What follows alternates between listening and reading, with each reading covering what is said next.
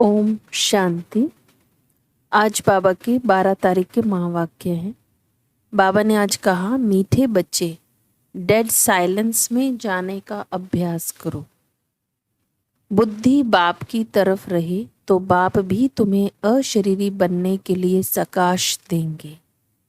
प्रश्न पूछा, तुम बच्चों को जब ज्ञान का तीसरा नेत्र मिलता है तो कौन सा साक्षात्कार हो जाता है? उत्तर में बाबा ने कहा, सतयुग आदि से लेकर कलयुग अंत तक हम कैसे कैसे पाठ बजाते हैं, यह सारा साक्षात्कार हो जाता है। तुम सारे विश्व को आदि से अंत तक जान जाते हो। जानने को ही साक्षात्कार कहा जाता है। अभी तुम समझते हो कि हम दैवी गुणों वाले देवता थे, आसुरी गुण वाले बने, अब फिर दैवी गुणों वाले देवता बन रहे हैं। अभी हम नई दुनिया नए घर में जाएंगे। ओम शांति। बच्चे बैठे हैं याद की यात्रा में। बेहद का बाप तो यात्रा में नहीं बैठे हैं, वह तो बच्चों को सकाश की मदद दे रहे हैं, अर्थात इस शरीर को भुला रहे हैं। बाप की मदद मिलती है कि बच्चों को शरीर भूल जाए। सकाश देते हैं आत्माओं को, क्योंकि बाप देखते हैं आत्माओं की तरफ। तुम हर एक की बुद्धि बाप की तरफ जाती है, बाप की बुद्धि व दृष्टि फिर बच्चों की तरफ जाती है। फर्क है ना? डेड साइलेंस, यह अभ्यास करते हो डेड साइलेंस का। शरीर को छोड़ अलग होना चाहते हो। आत्मा समझती है कि जितना याद करते रहेंगे उतना उस शरीर से निकल जाएंगे। जैसे सर्प का मिसाल देते हैं, जो मिसाल देते हैं उसमें जरूर कुछ खूबी होती है। तुम जानते हो हम शरीर छोड़कर वापस चले जाएंगे और फिर आएंगे। यह बातें और कोई नहीं जानते। यह ड्रामा को कोई भी जानते नहीं है। कोई भी ऐसी गारंटी नहीं देते कि इस याद से तुम्हारे विकर्म विनाश होंगे। ऐसी बात कोई भी सुनाते नहीं है। तुम बच्चे जानते हो हमारी अब वापसी जर्नी है। आत्मा का बुद्धि योग उस तरफ है। अब नाटक पूरा हुआ, अब घर जाना है। बाप को ही याद करना है, वही पतित पावन है। गंगा के पानी को तो लिबरेटर और गाइड नहीं कहेंगे। एक बाप ही लिबरेटर और गाइड हो सकता है। यह भी बड़ी समझने और समझाने की बातें हैं। वह तो है ही भक्ति, उनसे कोई कल्याण नहीं हो सकता। बच्चे जानते हैं पानी तो स्नान के लिए है, पानी कभी पावन नहीं बना सकता। ऐसे भी नहीं भावना का भाड़ा मिल सकता है। भक्ति मार्ग में उनका महत्व रख दिया है। इन सब बातों को कहा जाता है अंधश्रद्धा। ऐसी श्रद्धा रखते रखते मनुष्यों को टाइटल मिल जाते हैं, अंधे की औलाद अंधे। भगवानो वाच्य है ना। अंधे और सज्जे कौन हैं, यह भी तुम जानते हो। अभी सारे सृष्टि के आदि मध्य अंत को बाप द्वारा जाना है। तुम बाप को जान गए हो, इसलिए सृष्टि के आदि मध्य अंत और ड्यूरेशन को भी जान गए हो। एक एक बात पर विचार सागर मंथन कर अपना आपे ही फैसला करना होता है। भक्ति और ज्ञान का कंट्रास्ट है। ज्ञान बिल्कुल ही न्यारी चीज है। यह नॉलेज नामी ग्रामी है। राजयोग की पढ़ाई है ना। बच्चों को यह भी मालूम पड़ा है देवताएं संपूर्ण निर्विकारी थे। रचता बाप ही बैठ अपना परिचय भी देते हैं। वह है परम आत्मा। परम आत्मा को ही परमात्मा का कहते हैं। अंग्रेजी में सुप्रीम सोल कहा जाता है। सोल अर्थात आत्मा। बाप की आत्मा कोई बड़ी नहीं होती। बाप की आत्मा भी ऐसे ही है जैसे तुम बच्चों की है। ऐसे नहीं बच्चे छोटे बाप बड़ा है, नहीं। वह सुप्रीम नॉलेजफुल बाप बहुत प्यार से बच्चों को समझाते रहते हैं। पाठ बजाने वाली आत्मा है, जरूर शरीर धारण कर पाठ बजाएगी। आत्मा के रहने का स्थान शांति धाम है। बच्चे जानते हैं आत्माएं ब्रह्म महातत्व में रहती है। जैसे हिंदुस्तान में रहने वाले अपने को हिंदू कह देते हैं, वैसे ही ब्रह्मांड में रहने वाले फिर ब्रह्म को ईश्वर समझ बैठे हैं। ड्रामा में गिरने का उपाय भी नूंदा हुआ है, वापस तो जा ही नहीं सकते। भल कोई कितनी भी मेहनत करे, नाटक जब पूरा होता है तो सभी एक्टर्स आकर इकट्ठे होते हैं। क्रिएटर, मुख्य एक्टर भी खड़े हो जाते हैं। बच्चे जानते हैं अब यह नाटक पूरा होता है। यह बातें कोई भी साधु संत आदि जान नहीं सकते। आत्मा की यह नॉलेज कोई को नहीं है। परमात्मा बाप यहाँ एक बार आते हैं और सबको तो यहाँ पाठ बजाना ही है। वृद्धि होती रहती है ना। आत्माएं सब कहाँ से आई? अगर कोई वापस जाता हो फिर तो वह रस्म पड़ जाए। एक आए दूसरा जाए, फिर उसमें पुनर्जन्म कहा नहीं जाए। पुनर्जन्म तो शुरू से ही चला आता है। पहले नंबर में है यह लक्ष्मी नारायण। बाप ने समझाया है, पुनर्जन्म लेते लेते पिछाड़ी में जब आस जाते हैं तो फिर पहले नंबर में जाना पड़ता है। इसमें संशय की बात तो हो नहीं सकती। आत्माओं का बाप खुद आकर समझाते हैं। क्या समझाते हैं? अपना भी परिचय देते हैं। आगे पता था क्या कि परम आत्मा क्या चीज़ है? सिर्फ शिव के मंदिर में जाते थे। यहाँ तो ढेर के ढेर मंदिर हैं। सतयुग में मंदिर पूजा आदि होती ही नहीं। वहाँ तुम पूज्य देवी देवता बनते हो, फिर आधा कल्प के बाद पुजारी बनते हो, तो उनको फिर देवी देवता नहीं कहेंगे। फिर बाप आकर पूज्य बनाते हैं। और कोई देश में यह गायन नहीं है, राम राज्य रावण राज्य। अभी तुम समझ गए हो। राम राज्य का ड्यूरेशन कितना है सिद्ध करना चाहिए। यह नाटक है, इनको समझना है। ऊंच से ऊंच बाप है, वह भी नॉलेजफुल है। हम उनके द्वारा ऊंच से ऊंच बनते हैं, ऊंच से ऊंच पद मिलता है। बाप हमको पढ़ाते हैं, दैवी गुण भी धारण करने हैं। बच्चे वर्णन करते हैं, आप ऐसे हैं, हम ऐसे हैं। इस समय तुम जानते हो हमको इन जैसा संपूर्ण निर्विकारी बनना है। बाप को याद करने के सिवाय और कोई उपाय नहीं है। अगर कोई जानता हो तो बताए। ऐसे थोड़े ही कहेंगे कि ब्रह्म व तत्व निर्विकारी है। नहीं, आत्मा ही निर्विकारी बनती है। ब्रह्म व तत्व को आत्मा नहीं कहा जाता, वह तो रहने का स्थान है। बच्चों को समझाया जाता है, आत्मा में ही बुद्धि है। वह जब तमो प्रधान बन जाती है तो बेसमझ बन जाती है। समझदार और बेसमझ है ना। तुम्हारी बुद्धि कितनी स्वच्छ बनती और फिर मलेच हो जाती है। तुम्हें प्योरिटी और इम्प्योरिटी के कंट्रास्ट का मालूम पड़ा है। इम्प्योर आत्मा वापस जा नहीं सकती। अब अपवित्र से पवित्र कैसे बने, उसके लिए रड़ी मारते रहते हैं। यह भी ड्रामा में नूंद है। अभी तुम जानते हो यह है संगम युग। बाप एक ही बार आते हैं ले जाने। सब तो नई दुनिया में नहीं जाते हैं। जिनका पाठ नहीं वह शांति धाम में रहते हैं, इसलिए चित्रों में भी दिखाया है। बाकी और जो भी चित्र आदि हैं वह है भक्ति मार्ग के, यह है ज्ञान मार्ग के, जिससे समझाया जाता है सृष्टि का चक्र कैसे फिरता है, हम कैसे नीचे उतरते हैं। 14 कला से 12 कला होती है। अभी फिर कोई कला नहीं रही है। नंबरवार तो है ना, एक्टर भी नंबरवार होते हैं।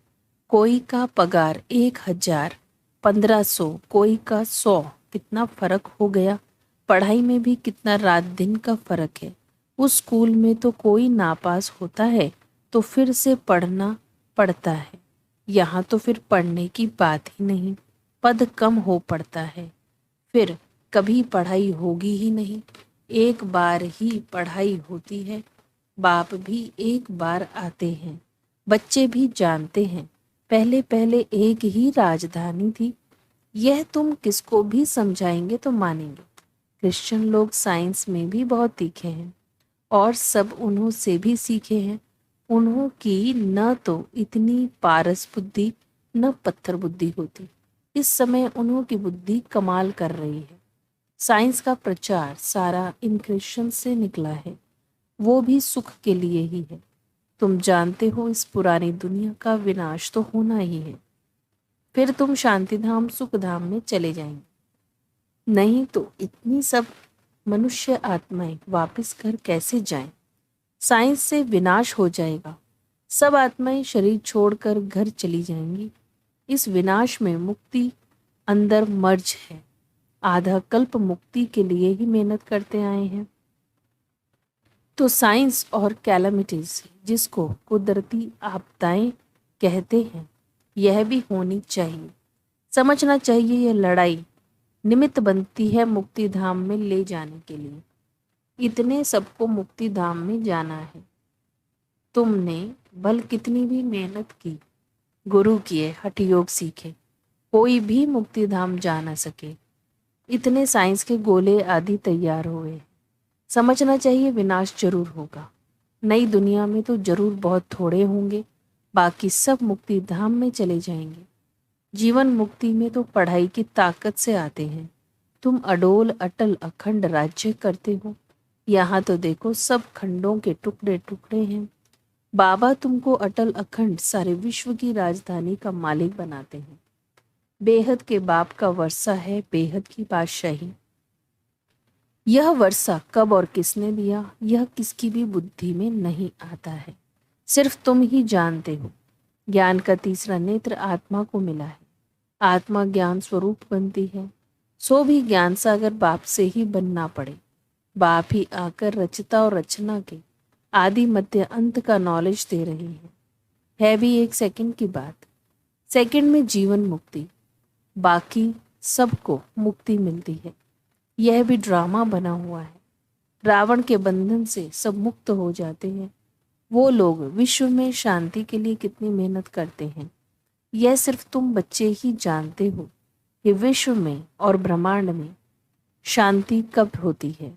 ब्रह्मांड में शांति कहा जाता है, फिर विश्व में शांति और सुख दोनों रहते हैं। विश्व अलग है और ब्रह्मांड अलग है। चांद सितारों से परे है ब्रह्मांड, वहाँ यह कुछ भी होता नहीं। उनको कहा ही जाता है साइलेंस वर्ल्ड। शरीर छोड़कर साइलेंस में चले जाएंगे। तुम बच्चों को वह भी याद है। तुम इस समय वहां जाने की तैयारी कर रहे हो और कोई भी जानते नहीं। तुमको तैयारी कराई जाती है, बाकी यह लड़ाई तो कल्याणकारी है।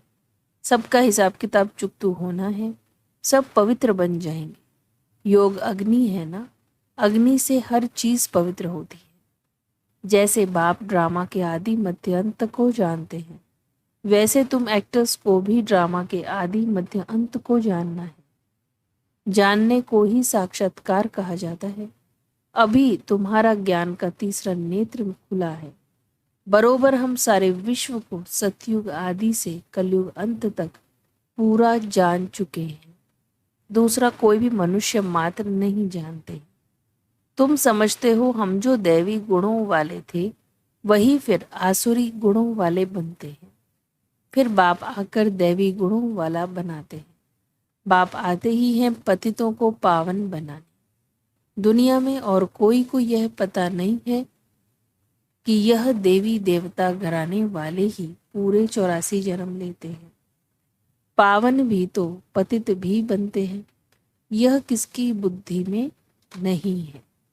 अभी तुम समझते हो यह तो जड़ चित्र है। एक्यूरेट फोटोज तो उन्हों का निकल न सके। वह तो नेचुरल गोरे हैं। प्योर प्रकृति से शरीर भी प्योर बनते हैं। यहाँ तो इम्प्योर हैं। यह रंग बिरंगी दुनिया सतयुग में नहीं होगी। श्री कृष्ण को कहा जाता है श्याम सुंदर। सतयुग में है सुंदर, कलयुग में है श्याम। सतयुग से कलयुग में कैसे आते हैं तुमको नंबर 1 से लेकर मालूम पड़ा है। श्री कृष्ण तो गर्भ से निकला और नाम मिला। नाम तो जरूर चाहिए। तो तुम कहेंगे श्री कृष्ण की आत्मा सुंदर थी, फिर श्याम बनी, इसलिए श्याम और सुंदर कहा जाता है। उनकी जन्म पत्री मिल गई तो सारे चक्र की मिल गई। कितना रहस्य भरा हुआ है जिसको तुम ही समझते हो और कोई नहीं जानते।